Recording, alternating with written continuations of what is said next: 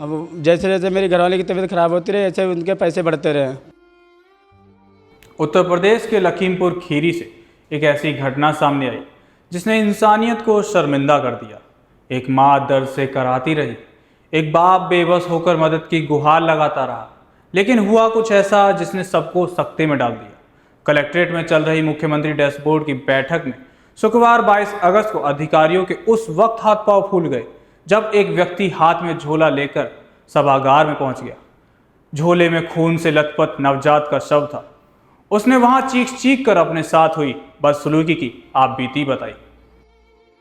ये आज के भारत की जूझती तस्वीर है जिसे मैं दिखा तो नहीं सकता, ये यूट्यूब की गाइडलाइंस है। इस नवजात को क्या पता था कि इस दुनिया में आने से पहले ही उसके साथ कुछ ऐसा होगा कि जिसे गोद में लोरियों के संग झूले झूलने थे, जिसको गोद में मीठे सपने सजाने थे, वो इस कदर झोले में बंद पड़ा था। कभी किसी ने सोचा भी नहीं होगा कि जिसको पिता की गोदी में खेलना था वही पिता झोला लेकर कलेक्ट्रेट पहुंच गया, और झोले में जो था उसको देखकर वहां मौजूद हर किसी के हाथ पांव फूल गए। झोले में उस नवजात का खून से लथपथ शव था।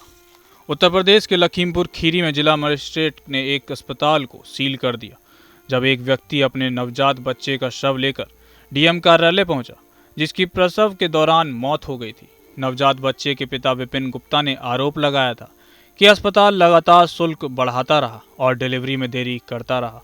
विपिन ने बताया कि मैंने अपनी पत्नी को यहाँ अस्पताल में भर्ती कराया। उन्होंने कहा कि सामान्य प्रसव के लिए 10,000 रुपये और सी सेक्शन प्रसव के लिए 12,000 रुपये लगेंगे। जैसे जैसे मेरी पत्नी का प्रसव गहराता गया वे अपने शुल्क बढ़ाते गए।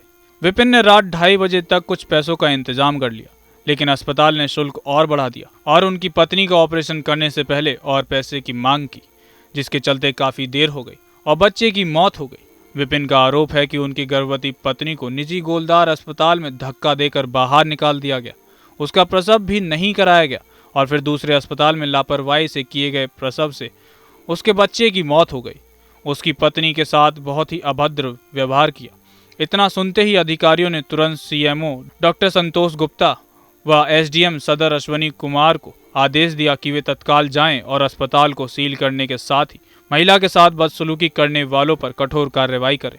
इसके बाद गोलदार अस्पताल को सील कर वहां के मरीजों को सुरक्षित जिला महिला अस्पताल में शिफ्ट कराया गया। साथ ही प्रसूता को सृजन अस्पताल में भर्ती कराया गया। बच्चा वापस करवा दिए, मरा हुआ। मेरी घरवाली बोले बच्चा चाहिए, हमने कहा हॉस्पिटल में उसमें शीशे में डलवा रखा, उससे झूठ बोले बताओ कहाँ से देंगे। हमारा बच्चा जिंदा करवा दे, हमको वापस दिलवा दे, हम कोई कार्रवाई नहीं करेंगे इसके ऊपर। नहीं मिलेगा तो हम जो होगा वो कर देंगे। सर लेके गए थे हॉस्पिटल में बच्चे को, अपनी घरवाली को प्रेगनेंट थी, मेरी भर्ती करवा रखा था। हाँ आशा ले गई थी, बोली वहाँ जाइए वहाँ करवा देंगे। मैंने सब जो कुछ बोलती रही, गाड़ी का किराया भी दिया।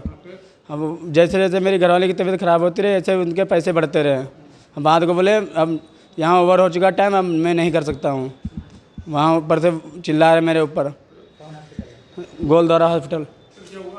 फिर क्या हुआ, फिर जब ज़्यादा तबीयत खराब, जब उनके बस की बात, जब जान गए वो मेरा बच्चा मरा हुआ अंदर है, तो उसने डाइट मना कर दिया, बोले मनो जहाँ ले जा सकते, हमसे कोई मेरा मैटर नहीं। हाँ पैसे 8,000 रुपये नकद दिए, बाकी और मांग रहे थे पैसे।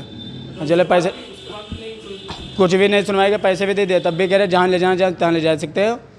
हाँ निकाल दिया, मैंने हाथ भी नहीं लिया। मेरी अपनी नर्स भेज, 4 नर्स भेज के अब मेरी घरवाली को बाहर निकलवा दिया रोड पे बैठा के। उन्होंने ये भी घोषणा की कि प्रसूता के इलाज का पूरा खर्च वह स्वयं उठाएंगे। मामले की उच्च स्तरीय जांच के आदेश भी दिए। फिलहाल प्रसूता की हालत में सुधार है।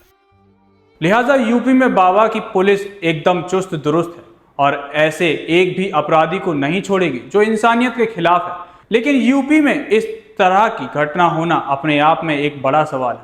अस्पताल पर कार्रवाई तो हो गई है, लेकिन निजी अस्पतालों को इस तरीके की मनमानी कहें या गुंडागर्दी कब तक चलेगी। बहरहाल इस रिपोर्ट में बस इतना ही। साथ ही और भी अपडेट के लिए हमारे चैनल को लाइक, शेयर और सब्सक्राइब करना ना भूलें।